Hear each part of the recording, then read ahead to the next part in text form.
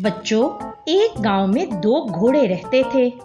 नाम था उनका सोनी और मोनी। सोनी मजबूत जिसामत का मालिक था।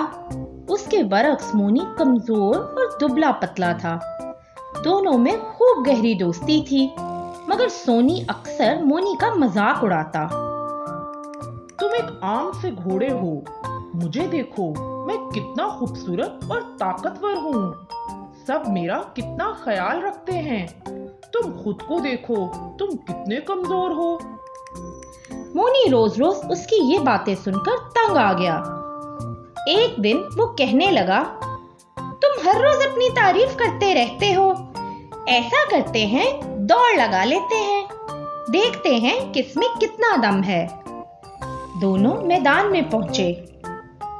मोनी ने कहा, हम उस वक्त तक दौड़ेंगे जब तक हम दोनों में से कोई एक हार तस्लीम नहीं कर लेता। दोनों ने दौड़ना शुरू किया। सोनी पहले तो आगे रहा, मगर 2-3 चक्कर के बाद ही इसकी हिम्मत जवाब देने लगी। मोनी ने पूछा, क्या हुआ?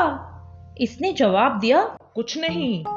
उसने फिर भागना शुरू किया, मगर एक चक्कर बाद ही इसकी हिम्मत जवाब दे गई। आखिर उसने सच बता दिया, मैं बहुत थक गया हूँ, अब और नहीं दौड़ सकता। मोनी ने कहा, मुझ में तो अभी भी बहुत दम है और मैं तो बहुत चक्कर लगा सकता हूँ। सोनी ने शर्मिंदगी का इजहार किया, मैं बहुत शर्मिंदा हूँ, आइंदा मैं तुम्हारा कभी मजाक नहीं उड़ाऊंगा।